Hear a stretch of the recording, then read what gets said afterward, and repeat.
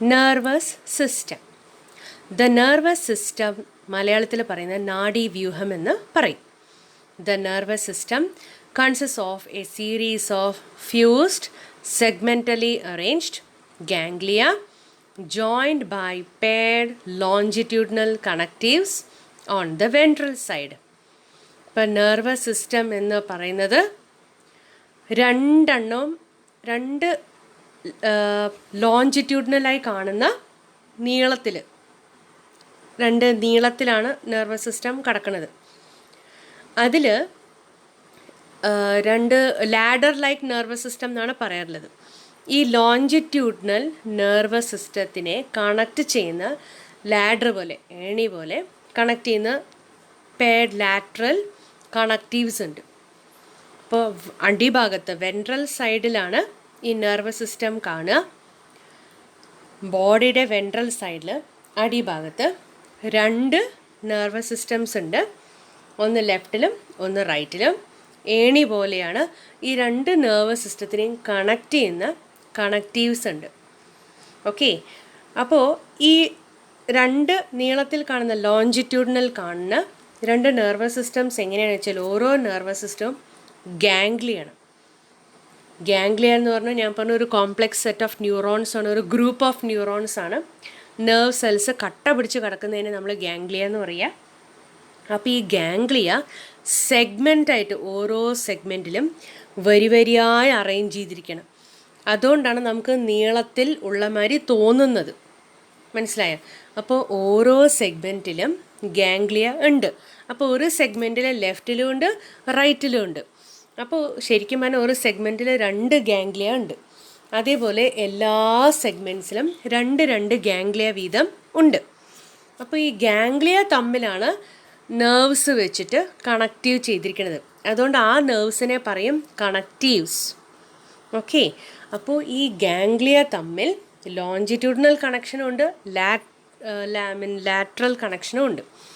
അപ്പോൾ ഈ നീളത്തിലുള്ള കണക്ഷൻസ് കാരണമാണ് നമുക്കത് കണ്ടിന്യൂസ് ഒരു നാരുമാതിരി തോന്നുന്നത്.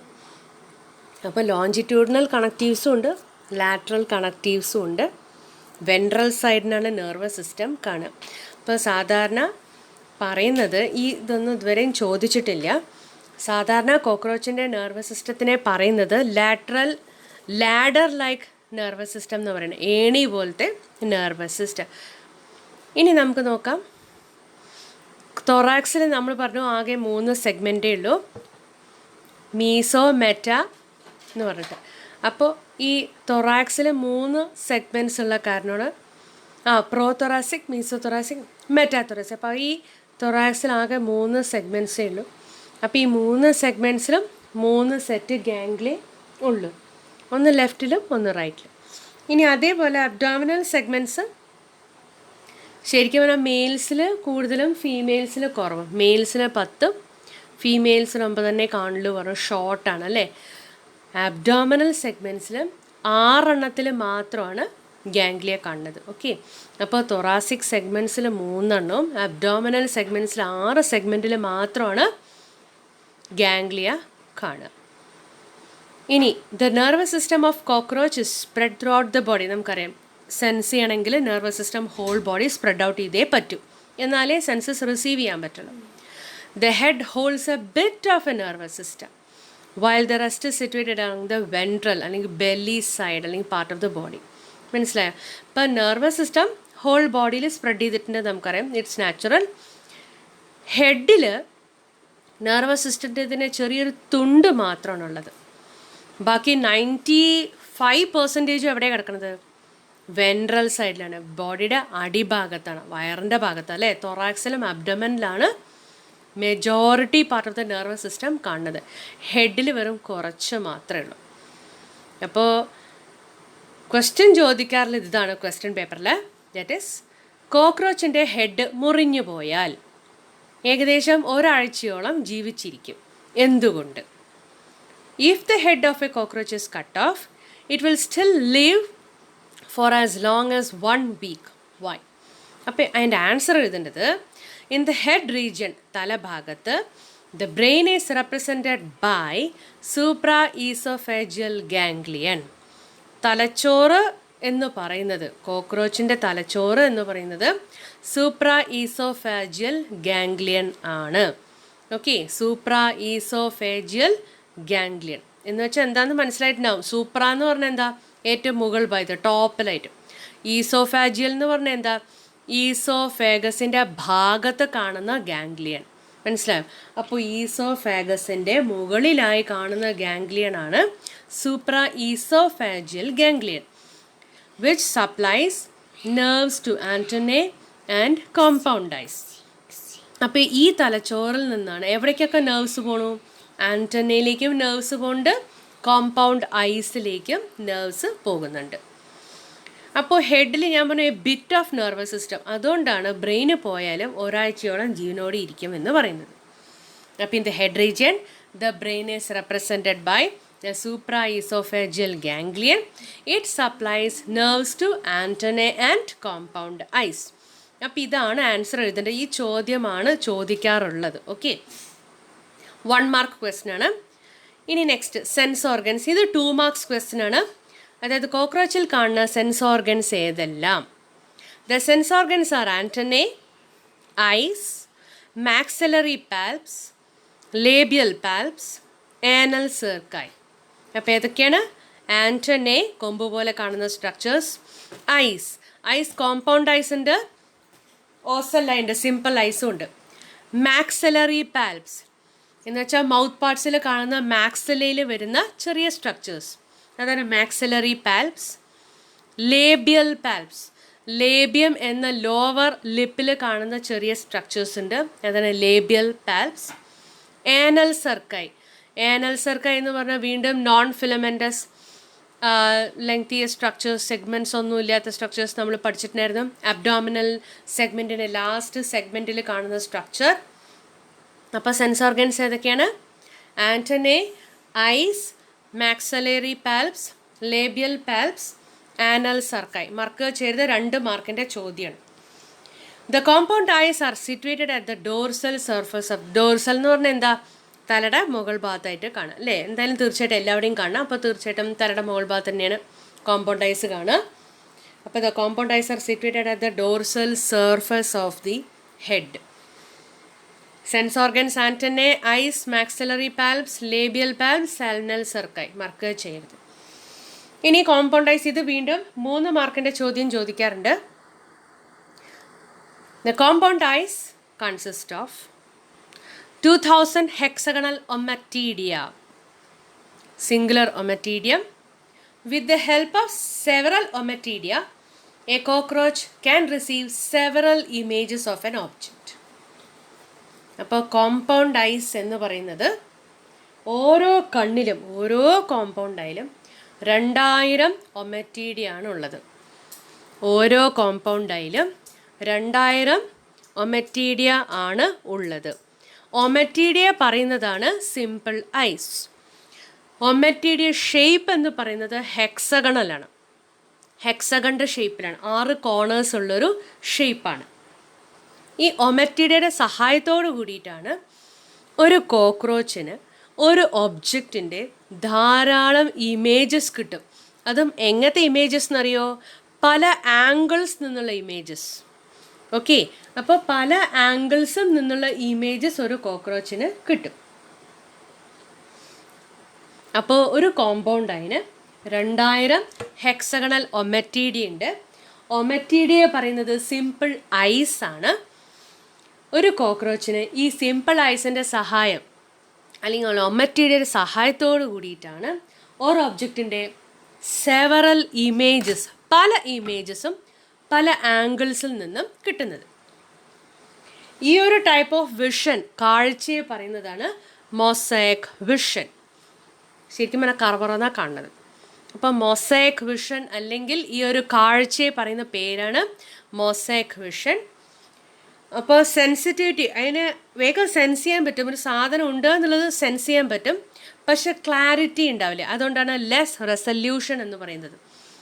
ഇമേജ് ക്ലിയർ ആയിരിക്കില്ല.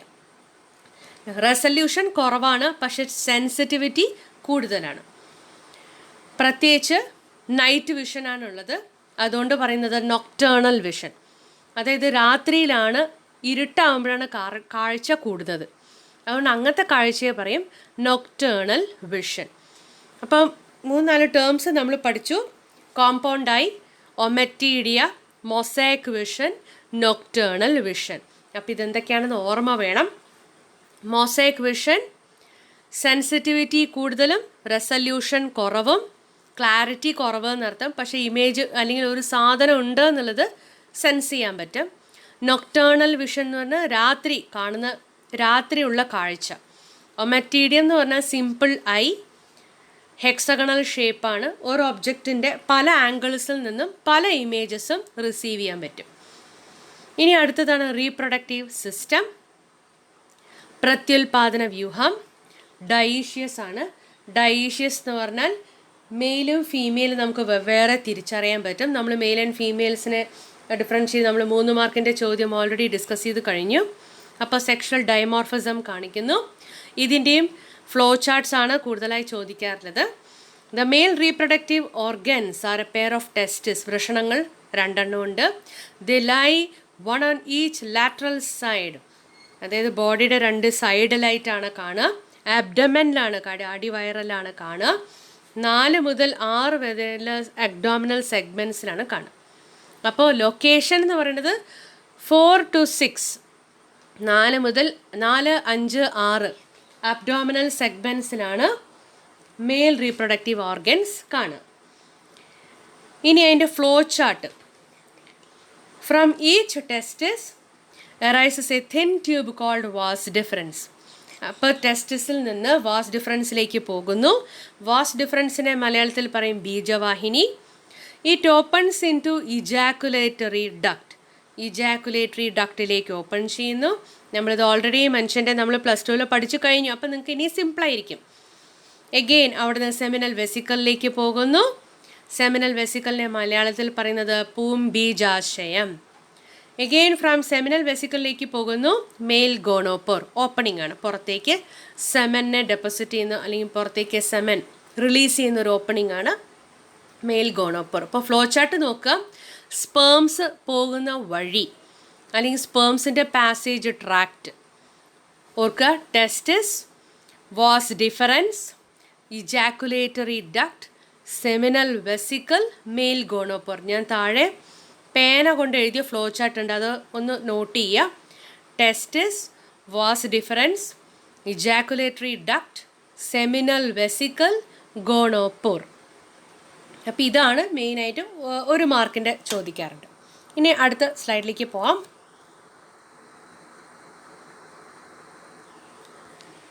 The ejaculatory duct opens into male gonopore situated ventral to the anus. അപ്പോൾ ഏനസിൻ്റെ അടിഭാഗത്തായിട്ടാണ് ഇജാക്കുലേറ്ററി ഡക്ട് മെയിൽ ഗോണോപോറിലേക്ക് തുറക്കാറുള്ളത്. ഏനസിൻ്റെ അടിഭാഗത്തായിട്ടാണ് ഇജാക്കുലേറ്ററി ഡക്ട് മെയിൽ ഗോണോപോറിലേക്ക് ഓപ്പൺ ചെയ്യാറുള്ളത്. ഇനി അടുത്തത് 1 മാർക്കിൻ്റെ ചോദ്യം, മഷ്റൂം ഗ്ലാൻസ്. അപ്പോൾ പേര് കേട്ടാൽ തന്നെ അറിയാം, മഷ്റൂമിൻ്റെ ഷേപ്പിലാണ്. ആക്സസറി റീപ്രൊഡക്റ്റീവ് ഓർഗൻ ഗ്ലാൻഡാണ്. 6-7 അബ്ഡോമിനൽ സെഗ്മെൻറ്റ്സിലാണ് കാണുക. അപ്പോൾ മെയിൽ പ്രൈമറി റീപ്രൊഡക്റ്റീവ് ഓർഗൻസ് നമ്മൾ ലൊക്കേഷൻ പറഞ്ഞു 4, 5, 6. മഷ്റൂം ഗ്ലാൻസിൻ്റെ ലൊക്കേഷനാണ് 6, 7. അപ്പോൾ സൈഡിൽ ചിത്രം തന്നിട്ടുണ്ട്. ഇത് ഇതുവരെ മാർക്ക് ചെയ്യാനോ ഒന്നിനും ചോദിച്ചിട്ടില്ല, ചുമ്മാ ഒന്ന് നോക്കിപ്പോയാൽ മതി. അപ്പോൾ മഷ്റൂം ഗ്ലാൻസ് ചോദിച്ചിട്ടുണ്ട് 1 മാർക്കിന്. മഷ്റൂം ഷേപ്പാണ്. ആക്സസറി റീപ്രൊഡക്റ്റീവ് ഗ്ലാൻഡാണ്. Location 6-7 abdominal segment. അടുത്തത് ഫലോമിയേഴ്സ് അല്ലെങ്കിൽ മെയിൽ ഗോണാപ്പോഫൈസിസ്. ഇതും 1 മാർക്കിൻ്റെ ചോദ്യമാണ്. Phallomeres or male gonapophysis chitinous ആണ്, അതായത് കൈറ്റിൻ കൊണ്ടുണ്ടാക്കിയതാണ്. എക്സ്റ്റേണൽ സെക്സ് ഓർഗൻ ആണ്. ഞാൻ പറഞ്ഞു കോപ്പുലേഷന് വേണ്ടി ഉപയോഗിക്കുന്നതാണ്. External sex organ, external genitalia മേറ്റിങ്ങിന് വേണ്ടി ഉപയോഗിക്കുന്ന സ്ട്രക്ചേഴ്സാണ് ഫലോമിയേഴ്സ് അല്ലെങ്കിൽ male gonapophysis. Chitinous external male sex organ, help in copulation. ഇനി അടുത്തതാണ് sperms are stored in seminal vesicle and are glued together in the form of bundles called spermatophores. അപ്പോൾ സ്പേംസിനെ store ചെയ്യണം, ടെമ്പററി ആയിട്ട് സൂക്ഷിക്കണം, സെമിനൽ വെസിക്കലിലാണ് സൂക്ഷിക്കുക. സ്പേംസിനെ store ചെയ്യുന്നത് തമ്മിൽ ഒട്ടിച്ച് നിർത്തിയിട്ടാണ്, ഗ്ലൂ ചെയ്തിട്ടാണ്, ഒരു ബണ്ടിൽ പോലെ സൂക്ഷിക്കും. ആ ബണ്ടിൽസിനെ പറയുന്ന പേരാണ് സ്പെർമാറ്റോഫോഴ്സ്. അപ്പോൾ സ്പേംസിനെ ഒറ്റയ്ക്കൊറ്റയ്ക്കായിട്ട് റിലീസ് ചെയ്യാറില്ല, മൊത്തം ബണ്ടിലായിട്ടാണ് റിലീസ് ചെയ്യാറുള്ളത്. അത് കോപ്പുലേഷൻ സമയത്ത് സ്പേംസിന് പുറത്തേക്ക് ഡിസ്ചാർജ് ചെയ്യും. അപ്പോൾ സ്പേംസിനെ സ്റ്റോർ ചെയ്യുന്നത്, the sperms are stored in seminal vesicle. Seminal വെസിക്കലിലാണ് സ്പേംസ് സ്റ്റോർ ചെയ്യുന്നത്. And are glued together in the form of bundles. അപ്പോൾ ഒരു ബണ്ടിലിൻ്റെ ഷേപ്പിലാണ് സ്പേംസിനെ അറേഞ്ച് ചെയ്തിരിക്കുന്നത്. ഓരോ ബണ്ടിൽസിലും സ്പേംസ് തമ്മിൽ ഒട്ടിപ്പിടിച്ച് കാണുന്നു. ഓരോ ബണ്ടിൽസിനെയും പറയുന്ന പേരാണ്, the bundles are called spermatophores. ഇനി സ്പേംസിനെ എപ്പോഴാണ് ഡിസ്ചാർജ് ചെയ്യുന്നത്? The sperms are discharge during copulation. Mating സമയത്ത് സ്പേംസിനെ ഡിസ്ചാർജ് ചെയ്യുന്നു. ഇനി അടുത്തത് female reproductive organs. The female reproductive organs are 2 large ovaries.